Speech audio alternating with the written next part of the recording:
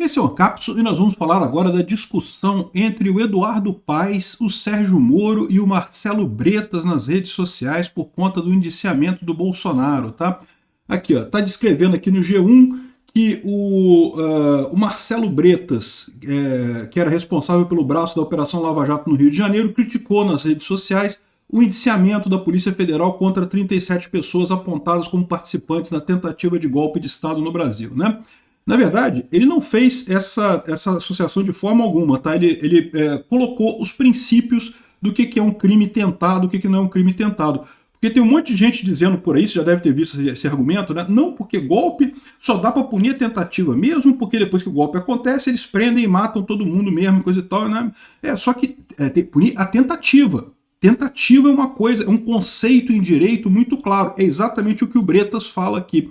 Vamos entender esse caso aqui, porque é bem interessante isso e mostra aquele ponto que eu falo para vocês. O pessoal está fazendo equivalência. Eles querem dizer que Bolsonaro é igual a Lula, e não é. O Lula é calcado na realidade. O Lula, o povo brasileiro sentiu a dor de ter o dinheiro roubado pelo Lula. O caso de corrupção da Lava Jato ficou muito claro, ficou muito óbvio, porque as pessoas sentiram no bolso a crise que foi gerada por isso. E eu digo mais, vai piorar para a esquerda. A esquerda está armando uma armadilha para ela mesma. Por quê? Porque tem tudo para o governo Lula também dar merda na economia agora, e mais uma vez você ter essa culpa do Lula assegurada. Mais uma vez a população brasileira perceber a desgraça que é a roubalheira do Lula, né? Então, eu vou te falar um negócio, né? É aquilo que eu falo para vocês, o pessoal tem essa ideia de que é briga de narrativa. Não, que é a minha narrativa contra a sua narrativa, e vamos ver que narrativa que vai ganhar e coisa e tal. Não, existe um negócio chamado verdade por trás disso. Existem fatos reais que precisam estar por trás disso, não importa.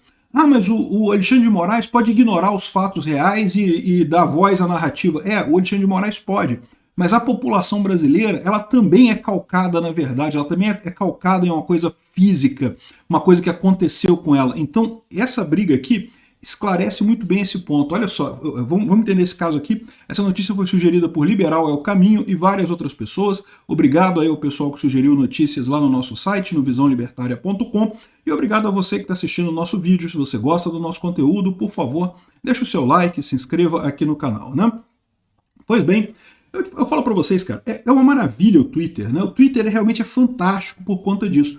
Não é a rede social mais usada, a rede social mais usada, se não me engano, ainda é o Facebook, o Instagram em segundo, não sei o que é lá. O Twitter é a terceira ou quarta rede social mais usada, mas é ali que tem a treta, ali que se formam as tretas, é onde acontece a confusão de verdade, né? Quem imaginaria que você viria um político corrupto como Eduardo Paes, que é da quadrilha do Cabral, daquela turma toda que quebrou o Rio de Janeiro completamente, discutindo com o juiz da Lava Jato, com o Marcelo Bretas. Na verdade, ele discutiu com o Moro. Então vamos entender esse caso aqui, ó. Olha só, começou aqui, ó. O Marcelo Bretas postou essa coisa aqui, ó, esse trecho aqui na coisa dele. Regras aplicáveis para avaliar a relevância de uma ação criminosa. Tentativa, artigo 14, inciso 2 do Código Penal.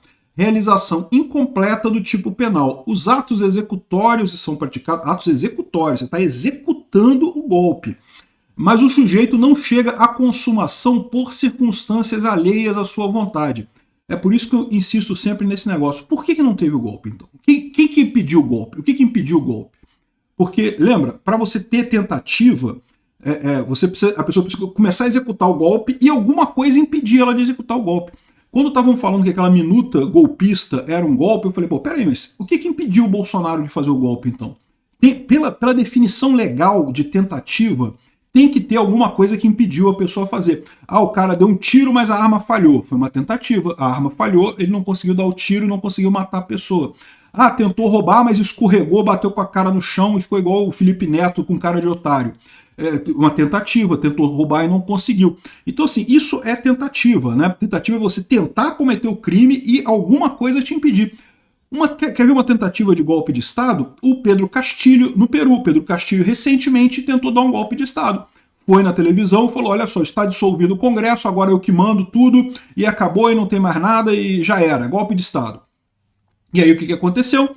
Não conseguiu, as Forças Armadas ficaram do lado da vice, que se colocou contra ele, e ele foi preso e está 40 anos de cadeia lá. Isso é tentativa.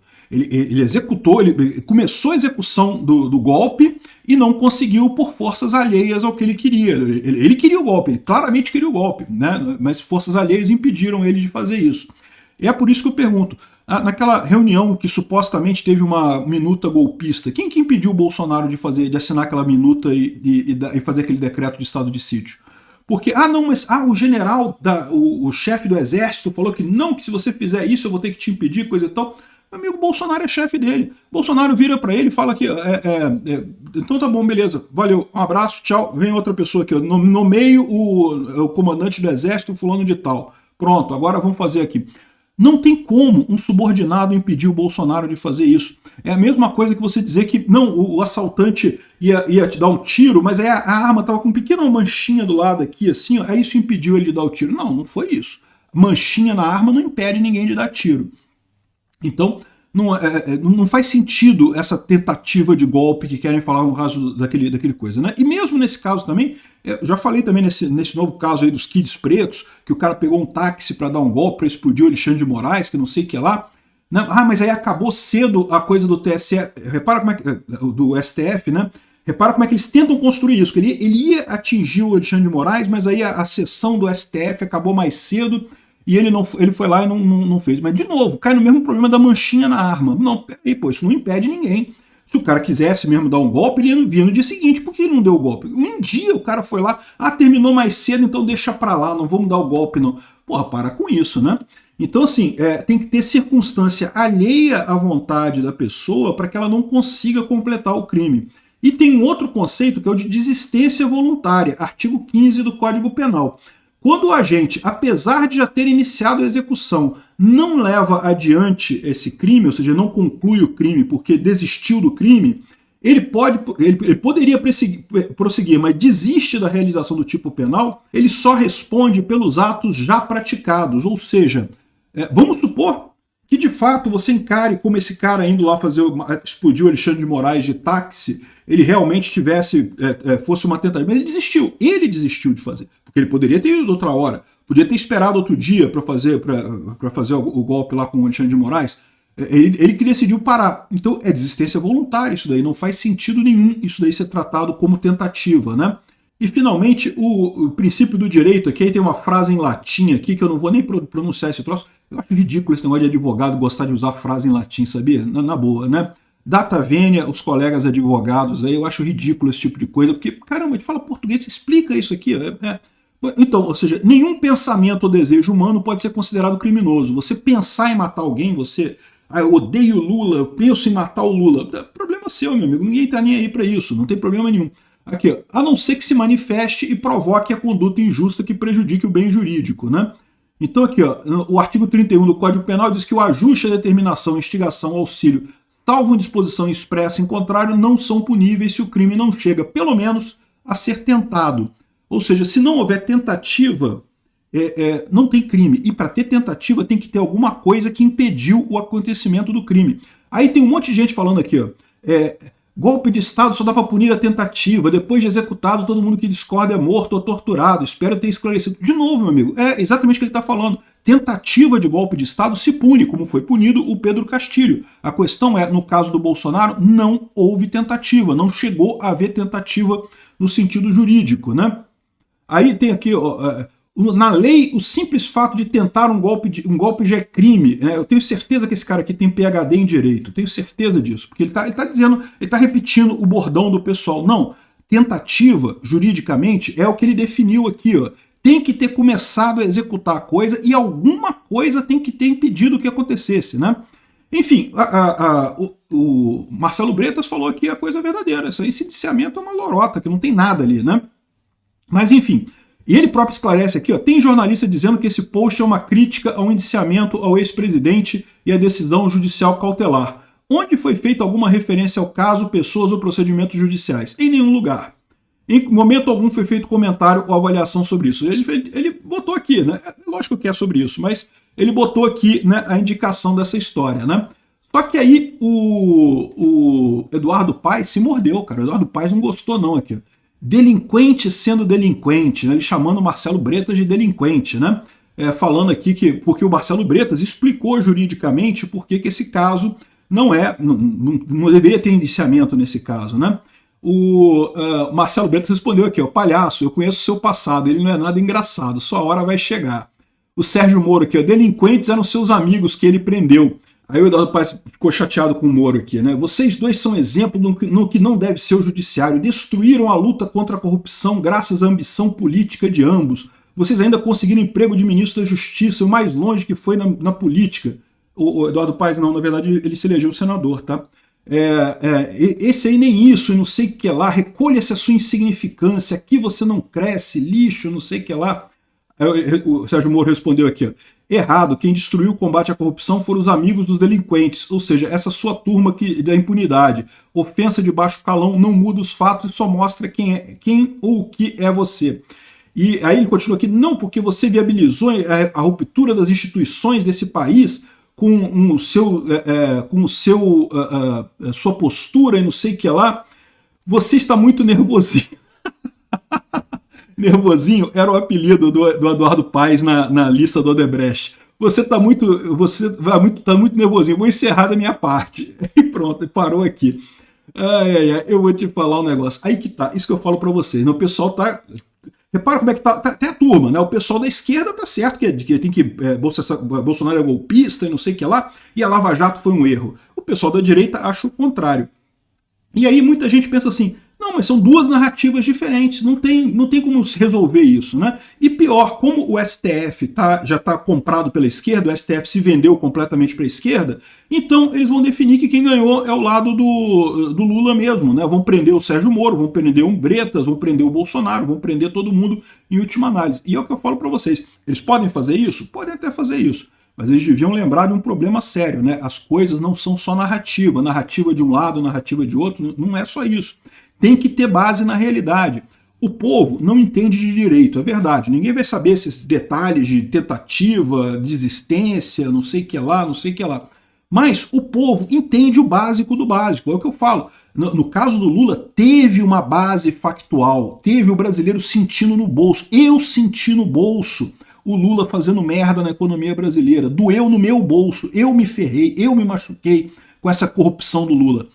E assim como eu, milhares de brasileiros também se deram mal por conta da corrupção do Lula. Tem uma base factual, eu sei que existiu. O golpe do Bolsonaro, cadê? Quem que foi afetado com isso? Quem que sentiu alguma coisa? O Bolsonaro perdeu a eleição, o Lula entrou, e aí cadê o prejuízo? Cadê a coisa que foi tomada dos brasileiros e coisa e tal? Entende o problema? A esquerda está armando uma armadilha para si mesma. Ela está jogando essas duas narrativas, apostando que narrativa é narrativa, e como eu tenho o judiciário no meu bolso, a minha narrativa vai vencer essa história. E ela pode até vencer no judiciário. Pode ser que prendam o Bolsonaro e coisa e tal, mas o povo sabe a verdade, o povo sabe o lado certo. A verdade, ela tem cara, ela tem coisa. O mundo não é uma briga de narrativas, existe uma realidade factual que ninguém consegue mexer. E aí, meu amigo, isso vai acabar custando muito caro politicamente para a esquerda. O Bolsonaro pode ser preso? Pode ser preso. Eu posso ser preso, um monte de gente pode ser preso, qualquer crítico da esquerda pode ser preso nessa história. No longo prazo, isso só vai ajudar a direita, só vai crescer mais a direita, só vai mostrar cada vez mais para o povo brasileiro que a esquerda é uma cambada de farsante. E esse futuro pode nem ser tão distante, porque adivinha, o governo Lula está indo na merda na economia também. Tudo leva a crer que a economia vai piorar muito nesses 2 últimos anos do Lula. A gente falou, né? Acabou a fase tranquila do governo Lula agora com a G20. Eu concordo com isso, acabou a fase tranquila dele. Agora ele tem o Trump nos Estados Unidos, agora ele tem uma economia que não está tão boa, agora ele tem um monte de gente que já não acredita no Brasil, que não acredita que o Lula vai mudar alguma coisa, porque não vai. Né? Eu sempre falei isso, o Lula nunca vai mudar, vai sempre ser um comunista desgraçado, cheio de ideias idiotas, mas tinha gente que ainda achava que não, pode ser que o Lula mude, não, porque o pessoal vai mudar o Lula e não sei o que lá, já desistiram disso. Os próximos 2 anos vão ser difíceis, ou seja, a gente vai acabar 2026, vai chegar em 2026 do mesmo jeito que chegamos em 2014, 2015, com uma revolta grande da população por conta da roubalheira do Lula. Aí esse pessoal que já tá criando caso, achando que na narrativa se safa, aí esse pessoal vai entender o tamanho do problema. E eu fico muito feliz que o Eduardo Paes esteja envolvido desse lado, porque ele está sacramentando a posição dele nisso daqui. Ele está colocando o PSD no lugar certinho. O PSD é um pedacinho do PT. Fique muito claro isso. Obrigado por assistir o vídeo até o final. Além de curtir, compartilhar e se inscrever no canal, considere se tornar patrocinador com valores a partir de R$ 1,99. Clique no botão Seja Membro abaixo para saber as condições e vantagens de patrocinar o canal. Mais informações sobre o nosso projeto, visite nossos sites indicados na tela.